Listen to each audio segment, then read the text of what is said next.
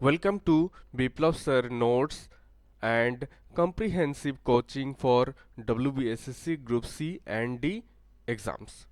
Today's topic আজকের বিষয় হচ্ছে ভারতের ভূগোল থেকে মোস্ট ইম্পর্টেন্ট 25 কোশ্চেন্সের এমসিকিউ নিয়ে একটা মক টেস্ট সিরিজ আমি এনেছি আজকের ক্লাসে। প্রিভিয়াস ক্লাসে আমি 60 কোশ্চেন্স দিয়েছিলাম সেখানে তোমরা দেখেছো যে মোস্ট ইম্পর্টেন্ট কোশ্চেন্স যেগুলো সাহিত্যিক গ্রন্থ এবং ছদ্মনাম সংক্রান্ত যে কোশ্চেন্সগুলো সাধারণত বিভিন্ন এক্সামে আসার মতো বা এসেছে সেই ধরনের অত্যন্ত গুরুত্বপূর্ণ 60 কোশ্চেন্সের আমি সেট দিয়েছিলাম এবং তার উপর একটা ডিসকাশন সেশন করেছিলাম। তো আজকের ইন্ডিয়ান জিওগ্রাফি বা ভারতের ভূগোল সেশনে আমি টোটাল 25 কোশ্চেন্স যেগুলো খুব গুরুত্বপূর্ণ বিভিন্ন কম্পিটিটিভ এক্সামে বারবার এসেছে সেরকম কোশ্চেন্স বাছাই করা কোশ্চেন্সগুলো নিয়ে আজকের প্রেজেন্টেশন। তো চলে এসেছি আজকের এমসিকিউ সেশনে। যদিও আমি এর আগে বেশ কিছু মক টেস্ট নিয়েছি, তো আজকের এটা 26th মক টেস্ট জিওগ্রাফির এবং মোট কোশ্চেন্স রয়েছে 25। ফার্স্ট কোশ্চেন্স দেখো, নিচের কোনটি নিউজ প্রিন্ট উৎপাদনের জন্য বিখ্যাত, অর্থাৎ নিউজ পেপারের যে পেপার বা কাগজ উৎপাদনের জন্য বিখ্যাত। ফার্স্ট অপশন রয়েছে কি নাসিক, এটি কোথায় অবস্থিত? মহারাষ্ট্রে, মনে রাখবে কিন্তু। নেপানগর মধ্যপ্রদেশ, টিটাগড় নৈহাটি, এই দুটোই কিন্তু ওয়েস্ট বেঙ্গলে অবস্থিত। তো নিউজ প্রিন্টের জন্য বিখ্যাত কোন জায়গাটি? তোমরা তোমাদের অ্যান্সার মার্ক করে নাও, 3-4 সেকেন্ড আমি টাইম দেবো, তারপরে আমি বলে দেবো। এখানে রাইট অ্যান্সার হচ্ছে নেপানগর। নেপানগর হচ্ছে নিউজ প্রিন্ট উৎপাদনের জন্য বিখ্যাত। চলো আমরা নেক্সট কোশ্চেনে চলে যাই। ভারতের বৃহত্তম জলাধার কোনটি? নাগার্জুন সাগর, গোবিন্দ সাগর, রাণা প্রতাপ সাগর, গোবিন্দ বল্লভ পন্থ সাগর। এখানে সঠিক অ্যান্সার হচ্ছে গোবিন্দ বল্লভ পন্থ সাগর, অর্থাৎ ভারতের বৃহত্তম জলাধারটি হচ্ছে গোবিন্দ বল্লভ পন্থ সাগর। 3 নম্বর কোশ্চেনে চলে যাই। কয়না কোন নদীর উপনদী? অপশনগুলো দেখো, কাবেরী রয়েছে, গোদাবরী রয়েছে, কৃষ্ণা রয়েছে, তাপ্তি রয়েছে। এখানে রাইট অ্যান্সার হচ্ছে কৃষ্ণা। তোমরা জানো যে কৃষ্ণা একটি পূর্ববাহিনী নদী।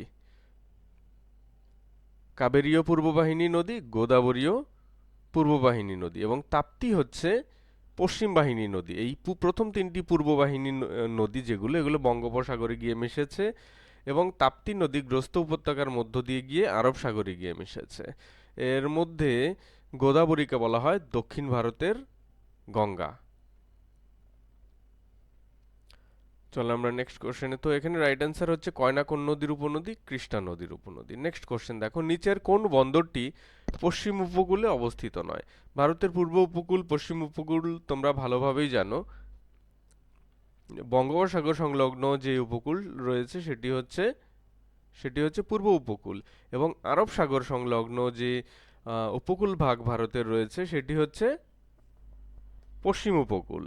এবং এখানে বলা হয়েছে যে কোন বন্দরটি পশ্চিম উপকূলে অবস্থিত নয়। অপশনগুলো দেখো, মারমাগাঁও, কোচি, কান্দলা, নিউ তুতিকোরিন।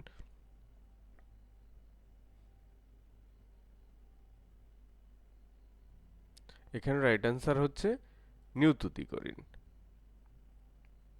নিউ তুতিকোরিন কিন্তু তামিলনাড়ু রাজ্যে অবস্থিত, অর্থাৎ বঙ্গোপসাগরের কূলে বা উপকূলে এটি অবস্থিত এবং তার ফলে এটি পশ্চিম উপকূলে হওয়ার কোনো চান্স নেই। আর বাকি যেগুলো রয়েছে দেখো, মারমাগাঁও মহারাষ্ট্রে, কোচি বা কোচিন হচ্ছে কেরালাতে, কান্দালা কান্দালা গুজরাটে, সবগুলোই পশ্চিম উপকূলে কিন্তু। আমি অত্যন্ত সরি, এক্সট্রিমলি সরি, এই মারমাগাঁওটি কিন্তু মহারাষ্ট্রে অবস্থিত নয়। মারমাগাঁও হচ্ছে গোয়া রাজ্যে, পশ্চিম ভারতের বা পশ্চিম উপকূলের গোয়া রাজ্যে অবস্থিত। নেক্সট কোশ্চেন দেখো, ভূপৃষ্ঠের সংলগ্ন বায়ুস্তরের নাম কি? এখানে রাইট আনসার হচ্ছে ট্রপোস্ফিয়ার। ট্রপোস্ফিয়ারের ওপর রয়েছে স্ট্র্যাটোস্ফিয়ার এবং ট্রপোস্ফিয়ার এবং স্ট্র্যাটোস্ফিয়ারের যে মাঝখানে সেটা রয়েছে ট্রপোপজ। সো এখানে রাইট আনসার হচ্ছে troposphere, option B. Next question দেখো, কাশ্মীর উপত্যকা ও লাদাখের মধ্যে যোগাযোগকারী গিরিপথ কোনটি? খাইবার, জজিলা, জেলেপলা, শিপকেলা। এখানে রাইট অ্যান্সার হচ্ছে জজিলা, যেটা কিনা কাশ্মীর উপত্যকা এবং লাদাখের মাঝখানে যোগাযোগ সংযোগকারী গিরিপথ। নেক্সট, নিচের কোনটি সরলবর্গীয় বৃক্ষ নয়? Pine, fir, oak, spruce. এখানে রাইট অ্যান্সার হচ্ছে ওক। ওক গাছ কিন্তু সরলবর্গীয় গাছ নয়।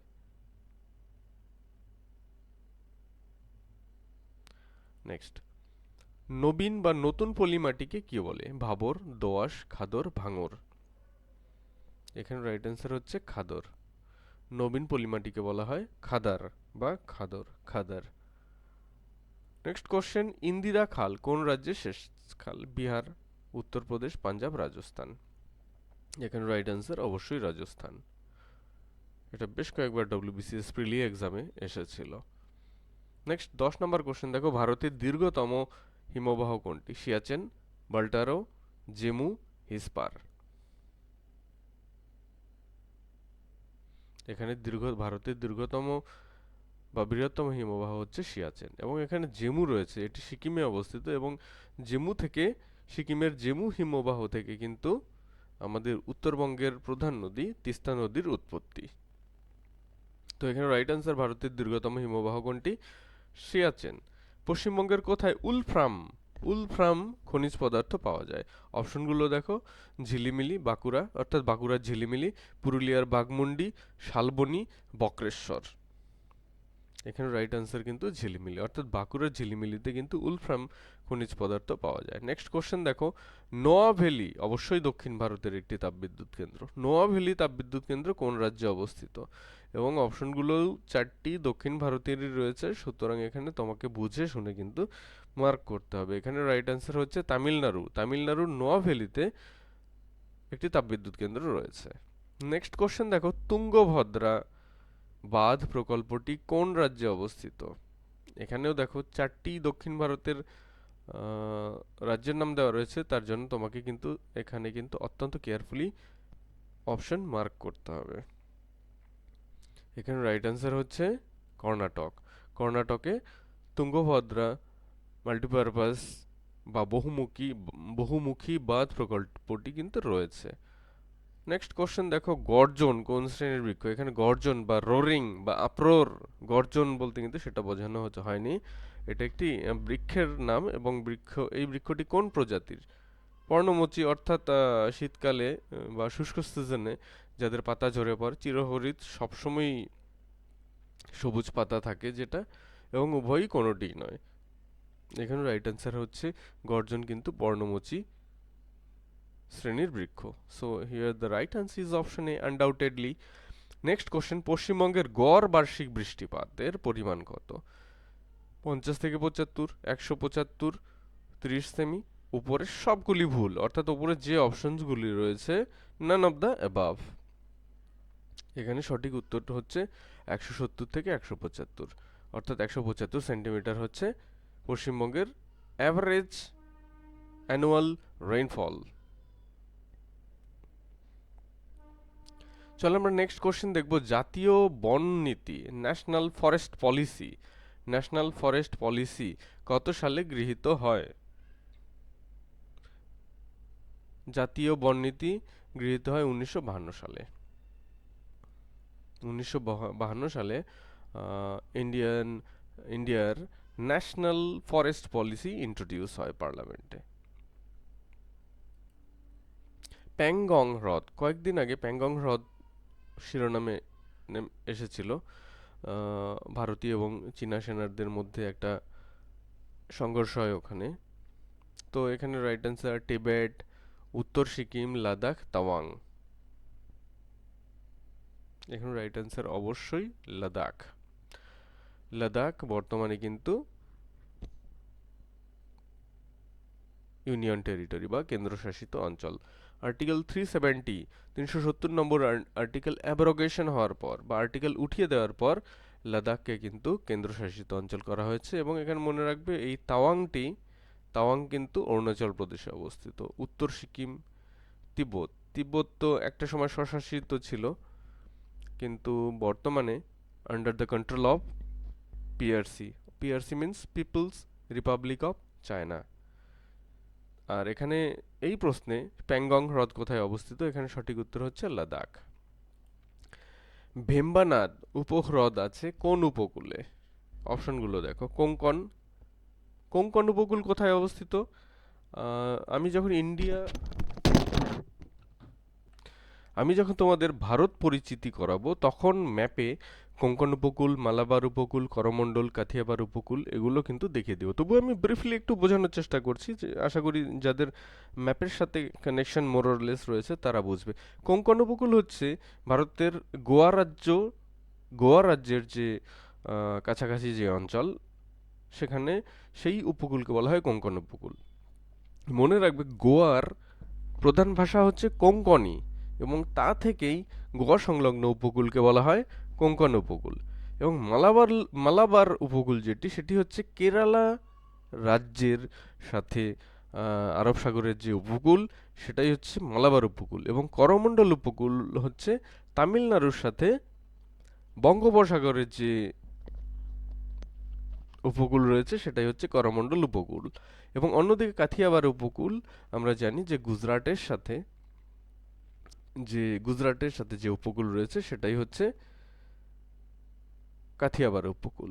এখানে ভেম্বানাদ, আমার প্রশ্ন হচ্ছে ভেম্বানাদ উপহ্রদ আছে কোন উপকূলে? এটা রয়েছে পশ্চিম উপকূলে, অর্থাৎ মালাবার উপকূলে। যদিও কোঙ্কণ হচ্ছে পশ্চিম উপকূল, বাট ভেম্বানাদ হচ্ছে মালাবার উপকূলের একটি উপহ্রদ। নেক্সট, কোলার হ্রদ কোন দুটি নদীর সংযোগস্থলে আছে? অপশনগুলো দেখো, ও আমরা প্রথমেই পেয়ে যাচ্ছি কৃষ্ণা ও গোদাবরী সংযোগস্থলে কিন্তু এই কোলার হ্রদটি রয়েছে। আমি আর পরের অপশনে যাচ্ছি না। নর্মদা ও তাপ্তি এগুলো পশ্চিম বাহিনী নদী, এবং এদেরকে অপোজিট ফ্লোয়িং রিভারও বলা হয়, অর্থাৎ বিপরীতবাহী নদীও বলা হয়। এবং এগুলো গ্রস্ত উপত্যকার মধ্য দিয়ে প্রবাহিত হয়ে আরব সাগরে পড়েছে। এখানে আর বাকি যে যতগুলো নদীর নাম রয়েছে সবগুলোই কিন্তু বঙ্গোপসাগরে পড়েছে। এবং পূর্ব বাহিনী একমাত্র নর্মদা ও তাপ্তি এই লিস্টের, এরা হচ্ছে পশ্চিম বাহিনীর নদী। তো যাই হোক, এখানে যে প্রশ্নটি ছিল সেটা হচ্ছে কোলার হ্রদ কোন নদী দুটির সংযোগস্থলে অবস্থিত? এটা হচ্ছে কৃষ্ণা ও গোদাবরী। সরি। সাতপুরা পর্বতের সর্বোচ্চ শৃঙ্গের নাম কি? অপশনগুলো দেখো। ধূপগড় রয়েছে, দোদাবেতা রয়েছে, কলসুবাই রয়েছে, পাঁচমারি রয়েছে। এখানে রাইট অ্যান্সার হচ্ছে ধূপগড়। সাতপুরা পর্বতের সর্বোচ্চ শৃঙ্গের নাম ধূপগড়। নেক্সট কোশ্চেন দেখো, মাজুলী দ্বীপ কোন নদীতে অবস্থিত? আমরা জানি মাজুলী দ্বীপটি ব্রহ্মপুত্র নদে অবস্থিত। এবং এটি ভারতের উত্তর পূর্ব রাজ্য আসাম রাজ্যে অবস্থিত। এবং মাজুলী হচ্ছে পৃথিবীর সর্ববৃহৎ নদী দ্বীপ।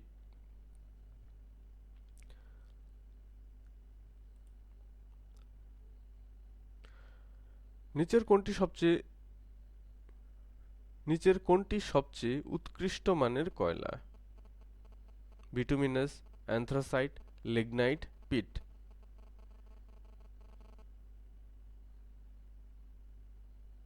এখানে রাইট অ্যান্সার হচ্ছে অপশন বি, অ্যানথ্রাসাইট হচ্ছে ভারতের না, পৃথিবীর সবচেয়ে উৎকৃষ্ট মানের কয়লা। কিন্তু ভারতে কিন্তু বেশিরভাগ যে কয়লা পাওয়া যায় সেগুলো কিন্তু অ্যানথ্রাসাইট প্রজাতির নয়, বা অ্যানথ্রাসাইট গোত্রের নয়। এগুলো মেইনলি ভারতে যেটা পাওয়া যায় সেটা হচ্ছে বিটুমিনাস এবং লিগনাইট কোয়ালিটির।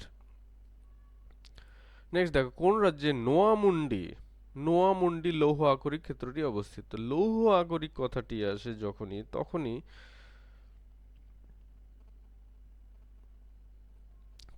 তখনই ছত্তিশগড়, ওড়িশা, ঝাড়খণ্ড রাজ্যগুলির কথা মনে পড়ে। বিহারে লৌহ আকরিকের সেরকম ভান্ডার নেই বললেই চলে। এক সময় ছিল যখন বিহার ঝাড়খণ্ড একত্রে ছিল।